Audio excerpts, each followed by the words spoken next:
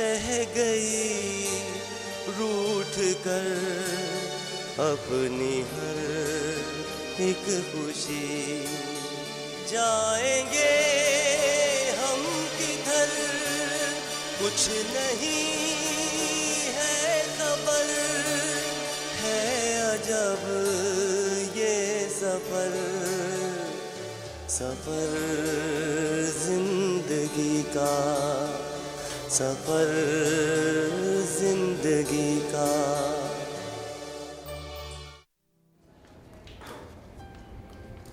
अच्छा मैं तो चलती हूँ।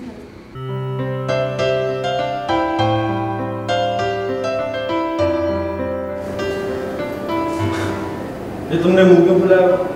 तुमका लाइफ नहीं है। मैं तुम्हारी तरह फारिग थोड़ी। तुम भी ना। एक्चुअली वो कल वाली पेशेंट की तबीयत ख़राब हो गई तो उसमें टाइम लग गया, और फिर उसके बाद जब मैं अपने दोस्त से मिलने गया उसके बाद और देर हो गई।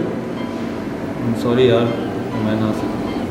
अच्छा तो मुझे ये बताओ कि तुम्हें स्कॉलरशिप मिलने के कितने चांसेस हैं? उम्मीद तो है, सोर्स भी लगाई है, अब देखो आगे क्या होगा। इंशाल्लाह ज़रूर मिल जाएगी। अच्छा सुनो, वो अम्मी तुम्हें याद कर रही थी, उनसे फ़ौरन मिलने। तुमने ही शिकायतें लगाई होंगी मेरी। मुझे क्या ज़रूरत है तुम्हारी शिकायतें लगाने की? मैं कोई फारिग थोड़ी हूँ। इसका मतलब है कि तुम्हारे दिल में हमारे लिए मोहब्बत कम हो गई है। शिकायतें लगाने से मोहब्बत बढ़ जाती है तो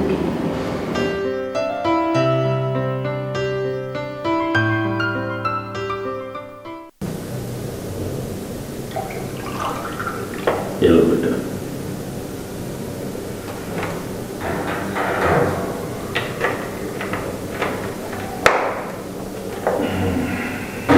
ला।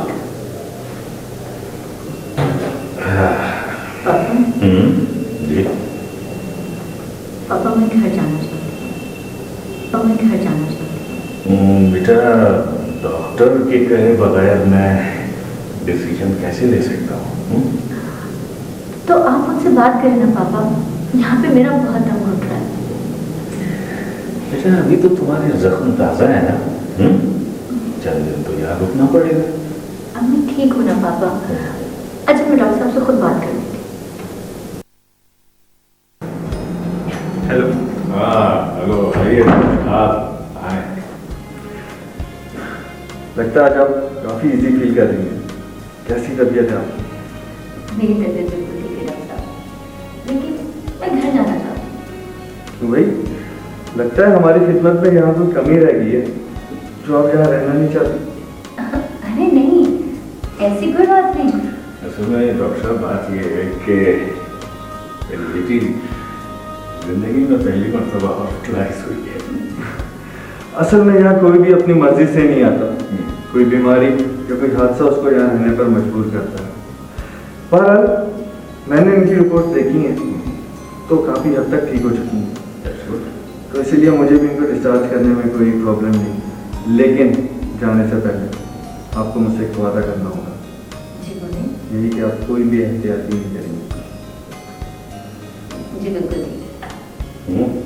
प्रॉमिस? प्रॉमिस। डॉक्टर साहब हम आपका शुक्रिया अदा नहीं करेंगे। देखिए जिस तरह आपने और आपके अमले ने मेरी बेटी की खिदमत की है, बिल्कुल घर की तरह खिदमत की है, मैं आपका शुक्रगुजार ही नहीं बल्कि एहसानमंद हूँ।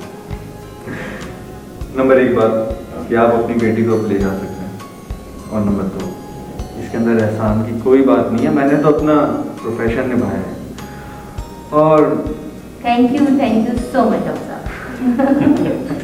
खुश हो डॉक्टर साहब? Thank you very much, so kind of you. चलो बेटा अब तैयारी करें, बेइज्जती नहीं करनी है। ओके राइट, चलो अब एहतियात से इतनी जल्दी।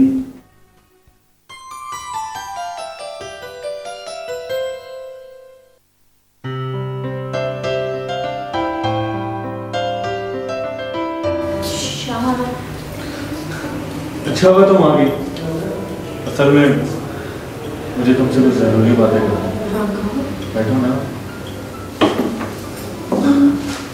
वो ईमन तुम तो जानती हो ना कि मैं ज़िंदगी में बहुत कुछ करना चाहता हूँ। हाँ ये तो मैं जानती हूँ। मेरा कहने का मतलब है कि ईमन, तुम्हें मेरे बारे में कोई कंफ्यूजन तो नहीं? नहीं, क्योंकि मैं जानती हूँ कि मेरा मुस्तकबिल तुमसे वाबस्ता है और अब मुझे वही अच्छा लगेगा जो तुम मेरे लिए बेहतर समझोगे। लेकिन वो जान मुझे शादी के लिए बहुत फोर्स कर रही है।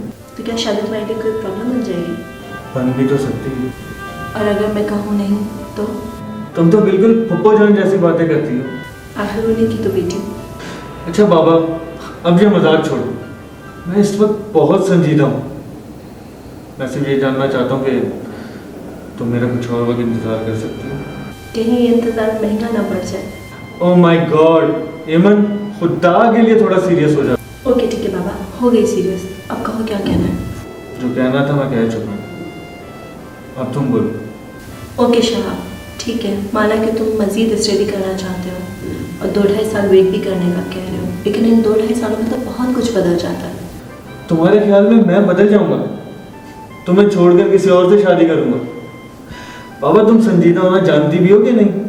देखो शाह, शादी हर लड़की का ख्वाब होता है, कुछ अरमान होता है उसके, और शादी के बाद तो हमारा रिश्ता और भी मजबूत हो जाएगा और मुझे तुम्हारा वेट करने में और भी मज़ा आएगा और हमारे दिलों में एक दूसरे की चाहत मज़ीद मजबूत हो जाएगी। जहाँ तुम ये बात सोच सकती हो, वहाँ ये भी तो सोचो कि शादी के बाद मैं अपनी स्टडीज़ को सही तौर पे जारी नहीं रख सकता।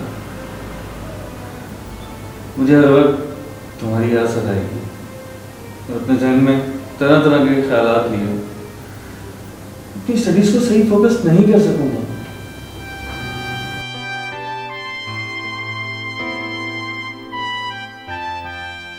सफर जिंदगी का,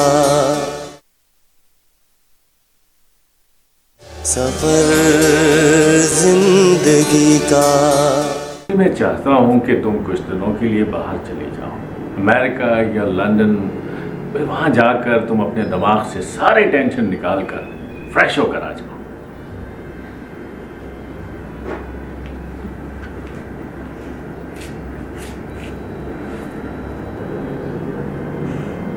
नहीं, मैंने ज़िंदगी से बहुत कुछ सीखा है और मैं इस तरह से मैदान छोड़कर जाने वाली नहीं हूँ। मैं फाइट करूँगी, लड़ूंगी। पापा, मैं यहीं रहूँगी आपके साथ।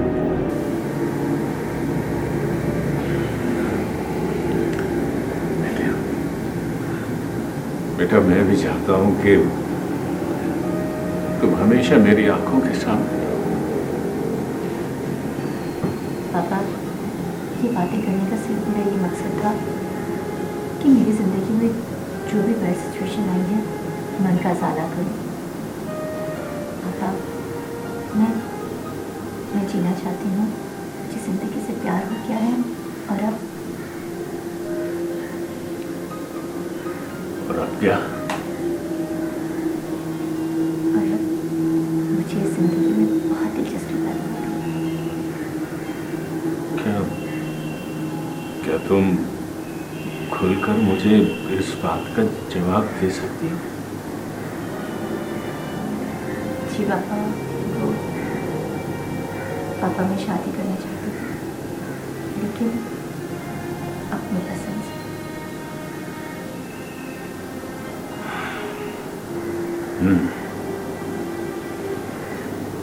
मुझे कोई एतराज नहीं है। पापा, मैं इस हकीकत को मानती हूँ कि मैं बहुत ज़िद्दी लड़की हूँ, लेकिन आप तो जानते हैं ना कि मैंने ज़िंदगी में कभी भी कोई गलत फैसला नहीं किया। बेटा, पुरानी बातें नहीं दोहरानी चाहिए। एग्जैक्टली पापा।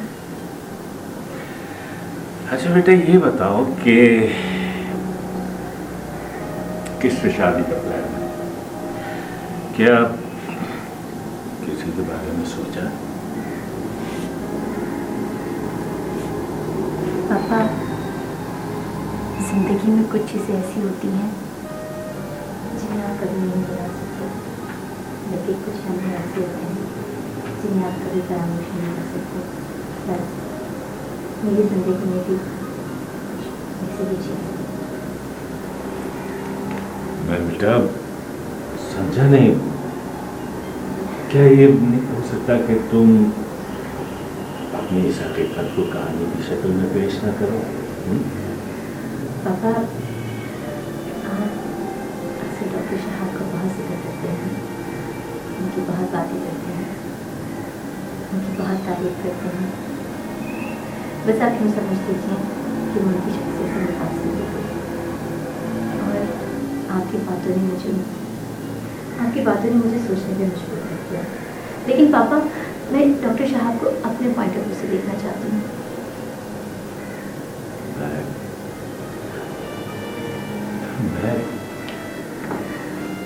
मैं समझा नहीं। आपको ये सब कुछ समझने के लिए थोड़ा सा पीछे जाना पड़ेगा। आपको वो दिन याद है जो मेरी जिंदगी का सबसे दिलचस्प दिन था?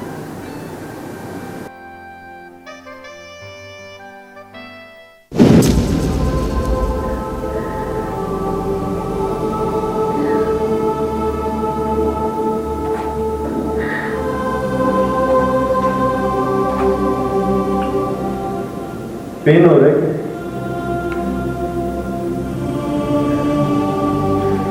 फिक्र ना कीजिए, अभी नर्स आकर आपको इंजेक्शन लगाती है। नहीं डॉक्टर साहब, आप मुझे खुद ही इंजेक्शन लगा दें। क्यों? उसका हाथ बहुत सख्त है और मुझे बहुत ज़्यादा पेन होती है। ओके, जैसे आपकी मर्जी, मैं आपको इंजेक्शन लगाता हूँ। डॉक्टर साहब, एक बात पूछूं? बिल्कुल। जल्दी ठीक तो हो जाऊंगी ना? अब तो आप काफ़ी हद तक ठीक हो गई हैं और वैसे भी चंद दिनों में आप घर जाने वाली हैं।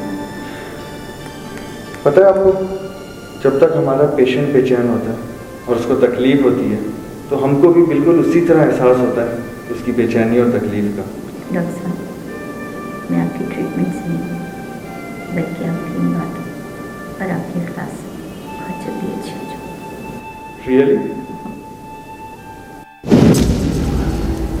ये ठीक है कि शहाब एक अच्छा डॉक्टर ही नहीं बल्कि एक अच्छा इंसान भी है, लेकिन इतना बड़ा फैसला करने से पहले उसे जानने और समझने की सख्त ज़रूरत होती है। डेफिनेटली पापा, मैं ज़रूर उसे जानने और समझने की कोशिश करूँगी। बात सिर्फ इंटरेस्ट की है ना, जिस तरह से ज़िंदगी गुजारने के लिए फाइनेंशियल सपोर्ट की ज़रूरत होती है, इसी तरह से एक लाइफ पार्टनर की भी ज़रूरत होती है। मेरी ज़िंदगी के बारे में एक फ़ैसला आपने किया था पापा, अब अपनी ज़िंदगी के लिए एक फ़ैसला मैं करना चाहती हूँ।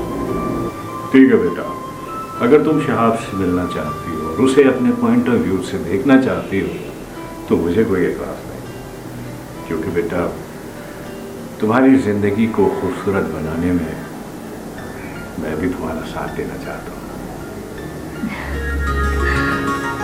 थैंक यू पापा, thank you so much. Sweet.